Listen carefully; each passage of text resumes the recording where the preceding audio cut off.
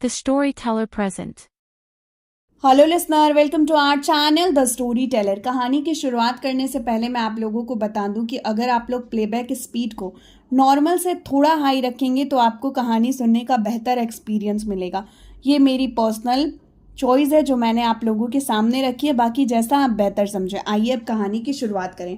पूरे रास्ते गाड़ी में एक अजीब सी खामोशी छाई हुई थी। राघव बिना किसी इमोशन के गाड़ी ड्राइव कर रहा था। अक्षता खाली आंखों से खिड़की के बाहर देख रही थी और रावी सीट की पुश्त से सिर लगाए आंखें बंद किए हुए बैठी थी। 2 दिनों से उन सबकी जिंदगी में इतना कुछ हो चुका था कि अब उन्हें इस सिचुएशन में कैसे रिएक्ट करना चाहिए इसका कोई ख्याल नहीं था। थोड़ी देर बाद गाड़ी राजवंश हाउस के बाहर आकर ठहर गई। गाड़ी से बाहर आते हुए राघव ने सबसे पहले रावी की तरफ का दरवाज़ा खोला और धीरे से उसके कंधे पर दस्तक दी। रावी ने आंखें खोलकर सवालिया अंदाज में उसे देखा तो राघव ने खामोशी से अपने पीछे घर की तरफ इशारा कर दिया, जिसे समझते हुए वो धीमे कदमों से गाड़ी से बाहर आ गई। अक्षता अपने ही ख्यालों में गुम थी। रावी ने उसे इस तरह से देखा तो एक बार फिर उसकी आंखों में नमी उतर आई, मगर उसने खुद को संभाल लिया। राघव ने उसकी तरफ का दरवाज़ा खोला। वो एकदम से ख्यालों से बाहर आई और फिर बिना उन दोनों की तरफ देखे तेजी से घर की तरफ चली गई। रावी उसे रोकना चाहती थी, उससे कुछ कहना चाहती थी, लेकिन राघव ने तुरंत उसका हाथ पकड़ा और बोला, उसे थोड़ी देर के लिए अकेला छोड़ दो, इस वक्त हमारा उससे बात करना सही नहीं होगा। रावी ने बेचैन होकर कहा। मगर राघव, मैं वाकई, उसे रोकते हुए वो फिर बोला, रावी मेरी जान, मेरी बात को समझने की कोशिश करो। मैं तुम्हारी सिचुएशन, तुम्हारे इमोशंस को बहुत अच्छे से समझ रहा हूँ, लेकिन अभी उससे बात करने का कोई फ़ायदा नहीं होगा। उसे थोड़ा वक्त दो ताकि वो खुद को और इस सिचुएशन को संभाल सके। कुछ नहीं तो कम से कम खुद को थोड़ा कंपोज कर ले। भले ही वो हमसे कुछ कह नहीं रही है और ना ही उसने किसी से कुछ भी जाहिर करने की कोशिश की है, मगर मैं और तुम, हम दोनों ये बखूबी जानते हैं कि आज की सिचुएशन का उसके दिल और दिमाग पर बहुत गहरा असर पड़ा है। इसलिए मेरी बात मानो, उसे थोड़ा सा वक्त दो। तब तक तुम भी आराम कर लो। वैसे भी सुबह से इतना कुछ हो गया है कि तुमने ढंग से रेस्ट नहीं किया है। याद है ना कि डॉक्टर ने तुम्हें पूरी तरह से आराम करने की सलाह दी है। इसलिए अब ज़्यादा मत सोचो और चलो मेरे साथ अंदर। लेकिन वो उसकी बात सुनकर भी वहाँ से नहीं हिली और खामोशी से उसे देखती रही। राघव ने प्यार से उसका गाल थपथपाया और बोला, मैं हूं ना मेरी जान, मैं सब संभाल लूंगा, तुम बस परेशान मत हो और खुद को और हमारे बच्चे को संभालो।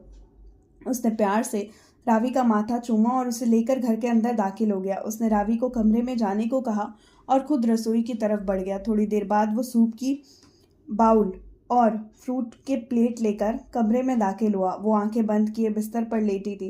राघव ने सारे सामान को सामने टेबल पर रखा और उसे आवाज़ देते हुए बोला, रावी उठ जाओ, कुछ खा लो मेरी जान।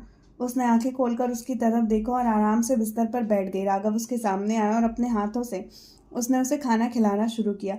वो खामोशी से उसके चेहरे को देख रही थी, जिस पर कोई भी भाव नहीं थे। खाना खा लेने के बाद राघव ने उसकी तरफ पानी का ग्लास बढ़ाया और दराज से उसकी मेडिसिन निकाल कर उसके हाथ में रख दी। रावी ने दवाइयाँ खा लीं और राघव का हाथ पकड़कर उसे अपने करीब लेटा लिया। राघव उसकी हरकत पर खुलकर मुस्कुराया और आहिस्ता से उसके बालों में उंगलियां चलाने लगा। सुबह की थकान की वजह से रावी को बहुत जल्दी नींद आ गई और वो कुछ ही मिनट में नींद की गहरी वादियों में उतर गई।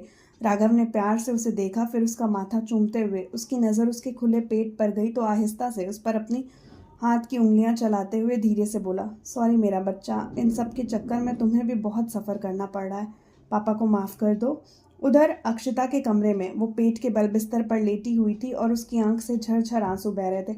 उसे समझ नहीं आ रहा था कि उसके साथ क्या हुआ था। अभी कुछ दिन पहले तक तो उसकी ज़िंदगी बहुत सही चल रही थी। अचानक से वो एक्सीडेंट हुआ और उसकी ज़िंदगी में सब कुछ बदल गया। उसकी आंखों के सामने अक्षत का चेहरा, उसकी धधकती हुई गुस्से से भरी आंखें आ रही थी। वो एकदम से घबरा चुकी थी और बिस्तर पर उठकर बैठ गई। वो डर से बुरी तरह से कांप रही थी। आज तक किसी ने भी उसे इस तरह से बात नहीं की थी। बात करना तो दूर की बात है, राघव ने कभी भी उससे झूठी नाराज़गी तक जाहिर नहीं की थी, मगर आज पहली बार किसी ने न सिर्फ उस पर गुस्सा किया था, बल्कि उसने उससे बुरे लहजे में बात भी की थी। और उसकी वो आग उगलती आंखें, ये सब अक्षता को बुरी तरह डरा रही थी। उसने खुद से तड़प कर कहा, मिस्टर अग्निहोत्री, आप बहुत बुरे हो। आपने मुझ पर गुस्सा किया। मैंने कितनी बार कहा कि मैं जो कुछ भी हुआ है मैंने जानबूझकर नहीं किया, मगर आपने एक बार भी मेरी बात नहीं सुनी और पनिशमेंट के रूप में मुझे खुद से बांध लिया, मुझसे शादी कर ली। आप वाकई में बहुत बुरे हो। मैं कभी भी आपसे बात नहीं करूँगी। आप मेरे साथ ऐसा कैसे कर सकते हो? मैं आपके सामने बच्ची हूँ, फिर भी आपने मेरे बारे में ऐसा सोचा। I hate you, I really really hate you. उसकी नज़र बड़बड़ाते हुए आईने की तरफ गई। वो अभी भी ब्लैक जीन्स और रेड क्रॉप टॉप में थी, लेकिन उसकी बालों का जो जूड़ा था वो पूरी तरह से खुलकर पीठ पर बिखर चुका था। मांग में उसके नाम का सिंदूर चमक रहा था और गले में अक्षत के नाम का मंगलसूत्र चीख चीख कर अक्षता का अक्षत की होने की गवाही दे रहा था। उसने धीरे से अपनी मांग को छुआ तो उसे एक अजीब सा एहसास महसूस हुआ। उसने जल्दी से अपना हाथ हटाया और आंखों के सामने वो मंजर घूम गया जब वो उसकी मांग में सिंदूर भर रहा था और जब उसका पहला स्पर्श मंगलसूत्र पहनाते हुए अक्षता को महसूस हुआ था। वो बुरी तरह बेचैन हो गई और फिर बड़बड़ाई, ये आपने सही नहीं किया है, ये बहुत गलत है, मैं इसके लिए आपको कभी भी माफ़ नहीं करूँगी, आप बहुत बहुत बहुत बुरे हो। तभी उसके दरवाजे पर दस्तक हुई। वो जल्दी से उठी और दरवाज़ा खोल दिया। जैसा कि उम्मीद थी, सामने उसका भाई हाथ में खाने की प्लेट लिए खड़ा था। अक्षता को देखकर उसका दिल भर आया था, मगर उसने खुद को संभाला और कहा, चलो खाना खा लो। मेरा मन नहीं है भाई, उसने बुझे अंदाज में जवाब दिया। वो अंदर आते हुए बोला, मुझे कुछ भी नहीं सुनना है, चुपचाप से आओ और खाना खाओ। मैं जानता हूँ तुम्हें भूख लगी है, बस इस सिचुएशन में खाने को अवॉइड करियो, मगर मेरी जान ऐसा नहीं चलेगा। वो कुछ बोल ना सकी और चुपचाप से बिस्तर पर आकर बैठ गई। राघव ने उसे अपने हाथ से खाना खिलाया और इस बीच दोनों के दरमियान ने गहरी खामोशी ने अपनी जगह बनाई रही। खाना खाने के बाद राघव ने प्लेट को टेबल पर रखा और उसे आवाज़ दी, मेरा बच्चा। उसने तुरंत उसकी तरफ देखा और उसकी आंखों से झरझर आंसू बहने लगे। राघव ने अपनी बाहें फैलाई और वो किसी छोटे बच्चे की तरह उसके वजूद से जाकर लग गई। राघव उसे अपने सीने से लगा लिया और वो उसकी सिचुएशन को बहुत अच्छे से समझ रहा था, जानता था कि उस पर क्या बीत रही थी।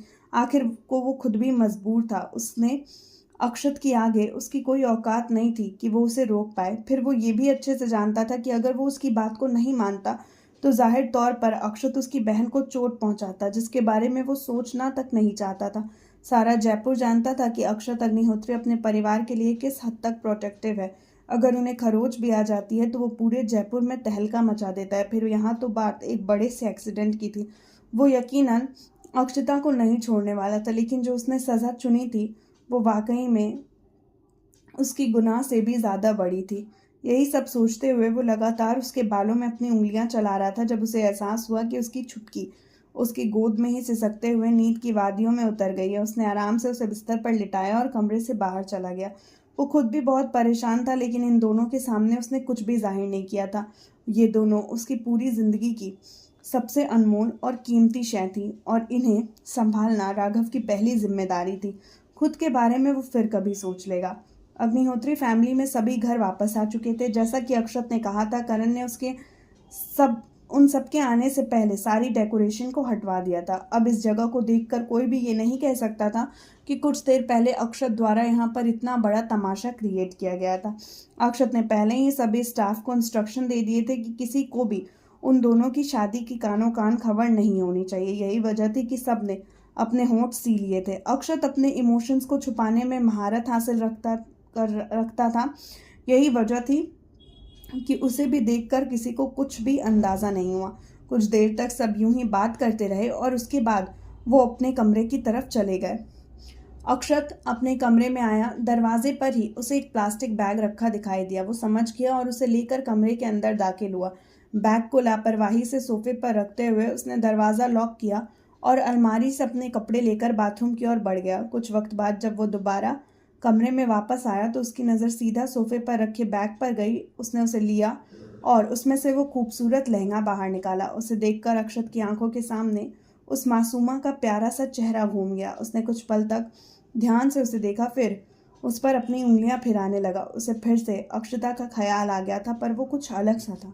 अक्षता सुर्ख लाल जोड़े में उसके सामने खड़ी थी, गले में उसके नाम का मंगलसूत्र, मांग में चमकता वो सिंदूर, बिना किसी मेकअप के वो पाकीज़ा चेहरा। वो वाकई में कयामत लग रही थी। उस पर से उसकी वो बादामी आंखें अक्षत को हमेशा की तरह अपनी तरफ आकर्षित करने में कामयाब रही थी। कितनी मुश्किल से उसने खुद को और अपने जज्बातों को संभाला था, सिर्फ वो जानता था। अक्षता का ख्याल आते ही उसके होंठों पर हल्की सी मुस्कुराहट आई थी और उसने कहा था, मैंने जितना सोचा था उससे भी कहीं ज़्यादा खूबसूरत लग रही थी मेरी प्रिंसेस। उस पर से मेरे नाम का सिंदूर उस पर और जच रहा था। उसकी खूबसूरती में चांद लगा रहा था। तभी अचानक से अक्षत की आंखों के सामने सिया जी का खून से लथपथ वजूद आ गया। वो एकदम से होश में वापस आया। उसकी आंखें एक बार फिर गुस्से से धधकने लगी और उसने झटके के साथ उस लहंगे को वापस से प्लास्टिक बैग में डाल दिया। अलमारी में ले जाकर फेंकने वाले अंदाज में रखते हुए उसने ज़ोरदार आवाज़ के साथ उसे बंद किया और अंडरग्राउंड कमरे की तरफ चला गया। लगभग 2-3 घंटे बाद अक्षत दोबारा अपने कमरे में आया तो वो शर्टलेस था। उसकी काली आंखें गुस्से से लाल थीं। उसका एक हाथ पेट से भीगा हुआ था और एक हाथ पेंट से भीगा हुआ था और दूसरा खून से लथपथ था। अक्षत को तो इन सब चीज़ों से फ़र्क नहीं पड़ा। वो सीधा बाथरूम में गया। थोड़ी देर बाद वो नीचे आया। खाने का वक्त लगभग हो चुका था, इसलिए सभी लोग डाइनिंग एरिया में इकट्ठा हुए। चंदा अक्षत को बुलाने ही जा रही थी जब वो नीचे आया। उसने सबकी तरफ देखा और कहा, बड़े भैया आ गए। उसकी बात सुनकर सबने उसकी तरफ देखा। तब तक अक्षत आकर अपनी कुर्सी पर बैठ गया और खामोशी से खाना खाने लगा। आज पहली बार ऐसा हुआ था कि उनके घर के डाइनिंग टेबल पर इतना सन्नाटा था। अक्षत ने नज़र उठाकर अपने सामने बैठे फैमिली मेंबर्स को देखा जो सिर नीचे चुपचाप कर खाना खाने में व्यस्त थे। उसने अपने डैड से बात करने के लिए कहा, डैड, मुझे लगता है अब हमें राधिका की शादी के बारे में सोचना चाहिए। सभी लोगों ने एकदम से उसकी तरफ देखा तो वो बोला, आप सब लोग मुझे ऐसे क्यों देख रहे हैं? क्या मैंने कुछ गलत कहा है? राजदीप जी, नहीं, तुम बिल्कुल सही कह रहे हो। इनफैक्ट मैं खुद भी इस बारे में सोच रहा था। राधिका ने जल्दी से कहा, लेकिन दादू इतनी जल्दी नहीं, मुझे अभी शादी नहीं करनी। इससे पहले राजदीप जी कुछ कहते सुनैना जी बोली, कोई जल्दबाजी नहीं हो रही है, बल्कि ये तो बिल्कुल सही समय है। तुम्हारी शादी तय हुए 2 साल हो गए हैं, लेकिन अभी तक तुम तैयार नहीं हुई हो। ये सही नहीं है बेटा, हम कब तक उन्हें रोक कर रखेंगे? अब तो मेरे पास साक्षी जी, राधिका की सासू माँ, का फ़ोन भी आने लगा है इस बारे में जानने के लिए। मैं कब तक उनको टालती रहूँगी? राधिका की शादी अक्षत के बेस्ट फ्रेंड और देव जी के स्कूल फ्रेंड किशोर जी के बेटे अभिनव मेहरा के साथ तय हुई थी। दोनों फैमिलीज़ ने मिलकर उन दोनों की अरेंज मैरिज तय करी थी। सुनैना जी अपनी बात कहकर खामोश हो चुकी थी और सभी की नज़रें राधिका पर थीं। उसने सिर झुकाया और आहिस्ता से बोली, ठीक है, जैसा आप लोग को ठीक लगे। उसकी बात पर सभी खुलकर मुस्कुरा दिए। सुनैना जी ने फिर कहा, तो फिर तय रहा, हम कल ही उन लोगों को घर बुलाते हैं और शादी का मुहूर्त निकलवा लेते हैं। सभी लोगों ने उनकी बात पर सहमति जताई और वसुंधरा जी बोली, कितना अच्छा होता ना अगर सिया भी हम सबके साथ यहाँ मौजूद होती। बेचारी के कितने अरमान थे राधिका की शादी को लेकर। उनका इतना कहना था कि एक बार फिर सभी के चेहरे पर उदासी आ गई और अक्षत की नज़र जैसे ही उन सबके उदास चेहरे पर गई वो बेचैन होकर बोला, प्लीज़ यार, आप लोग उदास मत होइए, छोटी माँ को अच्छा नहीं लगेगा। फिर मेरी डॉक्टर से बात हुई है, उन्होंने कहा है कि परसों लंदन से कोई डॉक्टर आ रहा है। इससे उनके ठीक होने के 95% चांसेस बढ़ जाएंगे। डॉक्टर के चेक करने के बाद हम उनका ट्रीटमेंट स्टार्ट कर देंगे और मुझे पूरा यकीन है कि इस छोटी सी ट्रीटमेंट से वो जल्दी से ठीक हो जाएंगी। इसलिए प्लीज़ आप लोग परेशान मत होइए, मैं पूरी कोशिश कर रहा हूँ, मैं उन्हें कुछ नहीं होने दूंगा और वो जल्दी ही पहले की तरह हम सबके साथ होंगी। उसकी बात सुनकर उन सबके चेहरे खिल गए और अजय जी तुरंत बोले, तुम सच कह रहे हो? अक्षत, बिल्कुल छोटे पापा, अगर आपको मुझ पर विश्वास नहीं है तो मैं खुद आपको डॉक्टर से बात करवा दूंगा। अजय जी, नहीं मेरी जान, ऐसी कोई बात नहीं है, मुझे तुम पर पूरा विश्वास है। मैंने तो बस यूं ही कंफर्म करने के लिए पूछ लिया। तुम मेरे एहसास को समझने की कोशिश तो करो। उनका इतना कहना था कि वो बस सिर हिलाकर रह गया। अब वो उन्हें क्या कहता कि वो भी उनके प्रति सिया जी के एहसासों को बखूबी समझ सकते हैं, क्योंकि अब उसकी ज़िंदगी में भी कोई उसी हैसियत से रहता है। सबने अपना खाना खत्म किया, मगर अक्षत ने एक बात नोटिस करी थी कि उसकी प्यारी बहन राधिका बिल्कुल खामोश थी। उसने एक शब्द भी किसी से नहीं कहा था और चुपचाप से अपना खाना खाती रही थी। खाना खाने के बाद सभी अपने कमरे में चले गए थे और अक्षत ने कुछ सोचा और सीधा राधिका के कमरे में गया। उम्मीद के मुताबिक दरवाज़ा खुला हुआ था और वो किसी गहरी सोच में गुम थी। अक्षत उसके पास आया और बगल में बैठते हुए बोला, राधू मेरा बेटा, क्या हुआ? उसने एकदम से ख्यालों से बाहर आते हुए अपने भाई को देखा और बोली, कुछ नहीं, आप यहाँ कैसे? कोई काम था क्या? अब मेरी बहन के पास आने के लिए मुझे किसी काम की ज़रूरत होगी, ऐसे मैं उसके पास नहीं आ सकता। नहीं, मेरा मतलब ये नहीं था। हाँ बेटा, कोई बात है क्या? मैं समझ गया, क्यों परेशान हो? राधिका एक पल उसे देखी और बोली, नहीं भाई, मैं परेशान नहीं हूँ। अक्षत ने उसका चेहरा अपनी तरफ किया और प्यार से बोला, मुझसे झूठ बोलने की ज़रूरत नहीं है, मैं बहुत कुछ समझ रहा हूँ, लेकिन एक बार तुम्हारे मुंह से सब कुछ सुनना चाहता हूँ। अब सच सच बताओ कि क्या बात है? वो एकदम से बोली, भाई मुझे शादी नहीं करनी। वो कुछ पल खामोश रहा, उसे देखा, फिर उसका हाथ अपनी हथेलियों के दरमियान लेकर बोला, क्यों? किसी ने कुछ कहा? अभिनव से कोई बात हुई? उसने सर ऊपर उठाया और उसकी तरफ देख कर बोली, नहीं भाई, कुछ भी नहीं कहा। अभिनव से बात किए हुए तो महीने हो गए, वो भला मुझे क्यों कुछ कहेंगे। वो हैरान होकर बोला, महीने हो गए हैं ऐसे तेरा उससे कोई राब्ता नहीं हुआ, क्यों? और तू मुझे अब बता रही है। राधिका, सच सच बता, तू ये शादी क्यों नहीं करना चाहती है? उसकी आंखें एकदम से आंसुओं से भर गईं और वो तड़प कर बोली, भाई आप ही बताओ, मैं किसी ऐसे इंसान से शादी कैसे करूं जिसे मुझसे कोई फ़र्क नहीं पड़ता, जो मुझसे बात करना तक ज़रूरी नहीं समझता, जिसके लिए सब कुछ उसका बिजनेस है, जिसके पास मेरे लिए समय नहीं है। भाई, हम दोनों की सगाई हो चुकी है, कुछ महीनों में शादी हो जाएगी। इस रिश्ते में बंधे हुए मुझे 2 साल हो गए और इन 2 सालों में मैंने गिन कर अभिनव से सिर्फ 3 से 4 बार बात की होगी। अगर हम कभी मिले भी हैं तो आप लोगों के प्लान की वजह से, उसमें भी वो मुझसे ज़्यादा वक्त अपने फ़ोन पे बिताते हैं। मैं ऐसे इंसान से शादी नहीं कर सकती भाई, नहीं कर सकती, जिसे मेरी पड़ी ही ना हो, जिसकी ज़िंदगी में मेरा होना ना होना एक बराबर हो। मैं ऐसे किसी इंसान के साथ कैसे रह सकती हूँ? उसकी आंखें आंसुओं से डबडबा चुकी थी, पूरा चेहरा आंसुओं से तर था। राधिका को इस तरह देखकर अक्षत को अपने सीने में तकलीफ महसूस हुई थी। कोई सोच भी नहीं सकता था कि जो राधिका सारा दिन तितली की तरह यहाँ से वहाँ मंडराती रहती है, असल में वो अपने दुख को छिपाने की कोशिश करती है। वो खुद इतनी परेशान और टूटी हुई है, मगर अपने परिवार वालों को इसकी खबर तक नहीं होने देती है। अक्षत ने उसे अपने सीने से लगा लिया और प्यार से उसके बालों को सहलाते हुए वो कुछ पल तक उसे देखता रहा। राघव को राधिका के आंसू अक्षत को अपने सीने पर महसूस होने लगे थे और उसे अभिनव पर हद से ज़्यादा गुस्सा आया था। उसने बड़ी मुश्किल से राधिका को चुप कराया और उसके छोटे से चेहरे को हथेलियों में थामते हुए बोला, तुम परेशान मत हो, मैं हूं ना, तुम्हारे साथ कुछ भी गलत नहीं होने दूंगा। एक बार मैं उससे बात करता हूँ, अगर सचमुच में मुझे ऐसा लगता है कि वो गलत है तो आई प्रॉमिस कोई तुम्हें शादी करने के लिए फोर्स नहीं करेगा। मैं अपनी बहन की ज़िंदगी बर्बाद नहीं होने दूंगा किसी ऐसे इंसान के पीछे, तो हरगिज़ नहीं जिसे मेरी बहन के होने ना होने से कोई फ़र्क ही ना पड़े।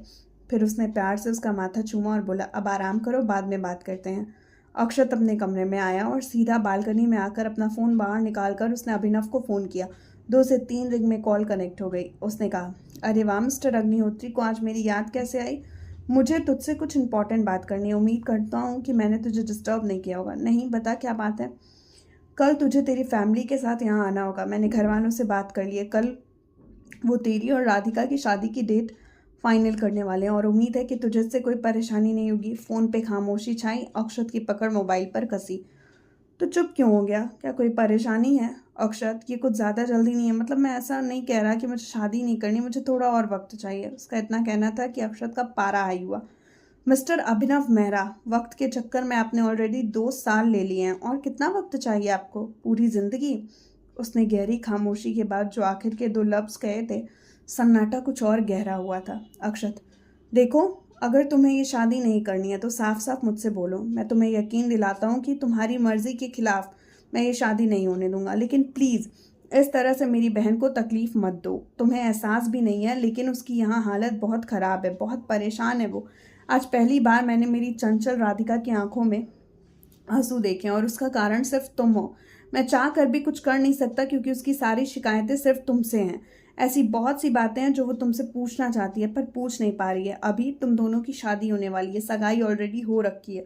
2 साल से तुम दोनों एक रिश्ते में हो, इसके बावजूद वो तुम्हारे बारे में कुछ नहीं जानती है। प्लीज़, अगर तुम सच में ये शादी नहीं करना चाहते हो तो इस बात को यहीं ख़त्म कर दो, और अगर तुम सच में उससे शादी करना चाहते हो तो ज़रा उस पर ध्यान देना शुरू करो।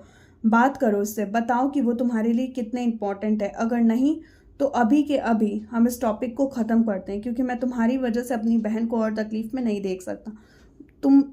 तुझे भी अच्छे से पता है कि मेरी ज़िंदगी में मेरे परिवार की क्या अहमियत है। इसलिए प्लीज़, अगर तुम्हें कोई फोर्स कर रहा है, कोई परेशानी है, तुम ये शादी नहीं करना चाहते, कोई ज़बरदस्ती है, जो कुछ भी है, तुम मुझसे कहो। और अगर ये रिश्ता नहीं निभा सकते तो भी मुझे बताओ, मैं इसे यहीं ख़त्म कर दूंगा। और एक बार प्लीज़ बिजनेस को साइड रखकर मेरी बहन के बारे में और अपने रिश्ते के बारे में सोचो। और अगर फिर भी तुम्हारा प्लान नहीं बदलता तो ट्रस्ट मी, मुझे ये रिश्ता तोड़ने में कोई एतराज़ नहीं होगा, और भरोसा करो कोई तुम पर सवाल भी नहीं उठाएगा। वो अपनी बात कहकर चुप हुआ और अब जवाब अभिनव को देना था। कुछ पल की खामोशी के बाद वो बोला, मुझे बस राधिका से बात करनी है। अक्षत, ये मेरे सवाल का जवाब नहीं है। तुम मुझसे तभी बात कर सकते हो जब तुम मुझे कंफर्मेशन दोगे कि तुम क्या चाहते हो। हम सब कल 11 बजे तक तुम्हारे घर पहुंच जाएंगे। अपनी बात कहकर उसने फ़ोन डिस्कनेक्ट कर दिया और उसकी इस बात ने अक्षत को मुस्कुराने पर मजबूर कर दिया। तो गाइज़, आज का एपिसोड यहीं समाप्त होता है। मिलते हैं आपसे नेक्स्ट एपिसोड में। आप बताइएगा कि आपको एपिसोड कैसा लगा और टिल देन बने रहिए हमारे साथ।